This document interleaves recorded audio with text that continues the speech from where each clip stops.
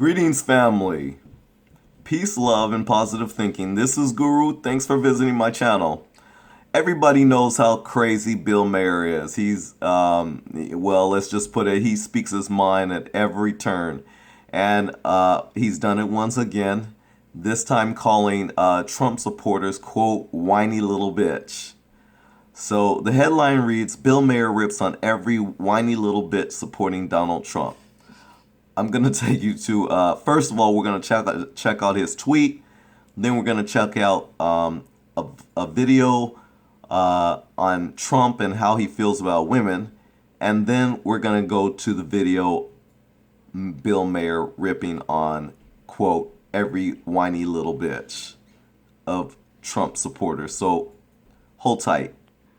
So this tweet, Bill Maher, he says, at the GOP convention, Trump said, I am your voice. For once he wasn't lying. He is your voice because you're a hashtag whiny little bitch. That's right. I guess he's talking about you, Trump supporters. And especially those two coonettes. Diamond and Silk, Rhinestone and Polyester, whatever the hell their names are. They're just too little. They're pathetic. But anyways, let's get to the more important things. So family, here's the video on Trump. Just 2 days before the next presidential debate, Donald Trump has been heard making lewd and sexually charged comments about women.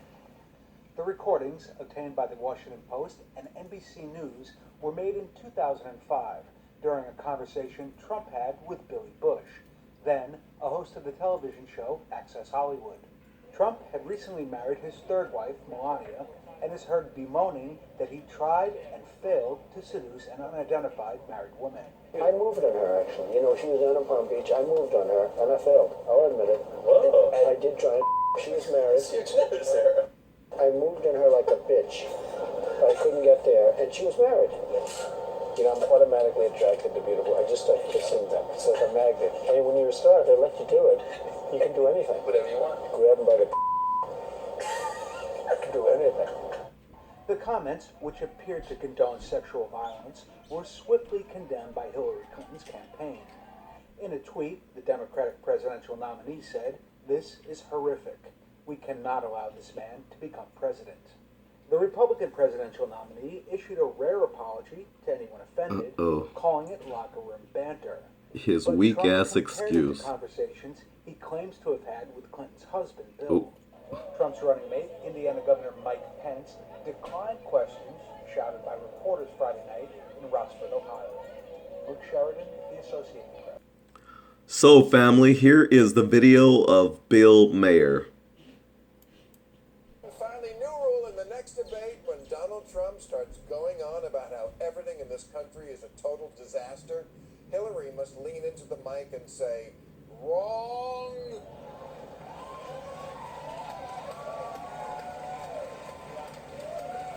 Now,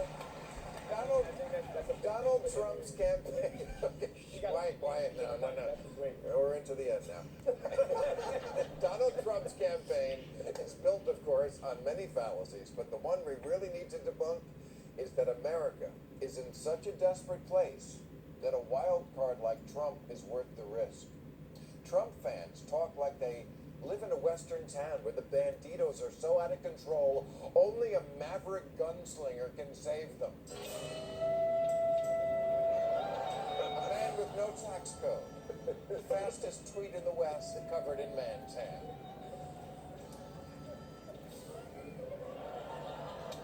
Not really worth that, was it? So, please, I don't need your pity. Wait, I may need your pity. But I give Donald Trump supporters a little credit. They know he's an asshole. It is hard to hide. They just don't care. They'll admit, yes, he's dangerous and thin-skinned and unhinged and clinically insane. And an egomaniac, a compulsive liar, a charlatan with the impulse control of a grease fire. But we have to take the risk because America is hanging by a thread. How do we know it is? Donald Trump told me. The situation is worse than it has ever been before. The generals have been reduced to rubble. Our country is going to hell. Our infrastructure is going to hell. African Americans, Hispanics are living in hell. You walk down the street, you get shot. The American dream is dead.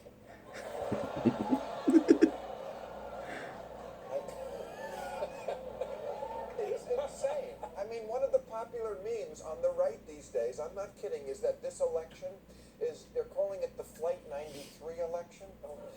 As in the plane on 9/11 that crashed in Pennsylvania after the passengers rushed the cockpit. In other words, things have gotten so bad, it's time to rush America's cockpit. As the creator of the metaphor put it, you may not make it into the cockpit, but if you don't try, death is certain. Really? President Hillary equals certain death? What do they think she's going to do? Pour lead in the water supply? Oh, wait, that was the Republicans in Michigan.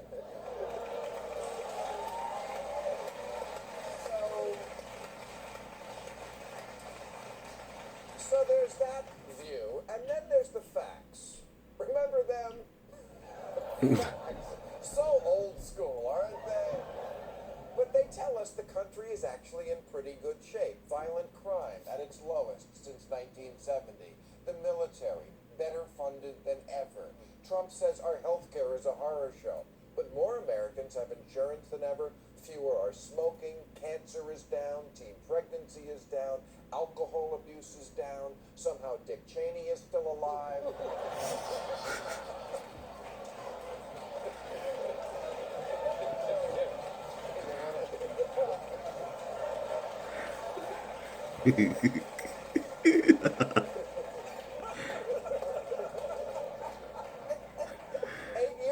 We were losing 800,000 jobs a month. Now we've added 14 million. The stock market went from under 7,000 to over 18. Consumer sentiment is as high as it was in the 80s under St. Reagan. The economy today is actually better than the one Mitt Romney promised in 2012 when he said he would get unemployment under 6. Trump says, you have great economists that will tell you the unemployment rate is 32. No, every economist knows it's 5 because they get their numbers from the Bureau of Labor Statistics, not from the Department of Hearing.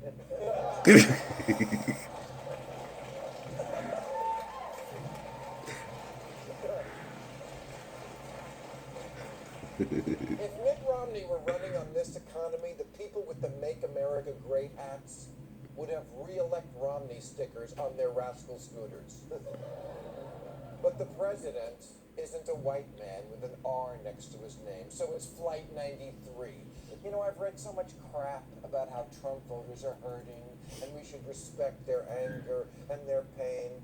It's a myth that the media swallowed whole. The average Trump primary voter makes $72,000 a year. No more likely to be hurt by immigration or trade or to be out of work.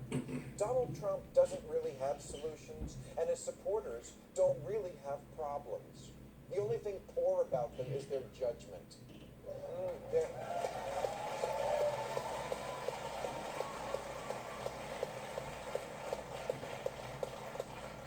They're hysterics, and they think President Tupac spent 8 years turning the American dream into nightmare on Blackstreet, and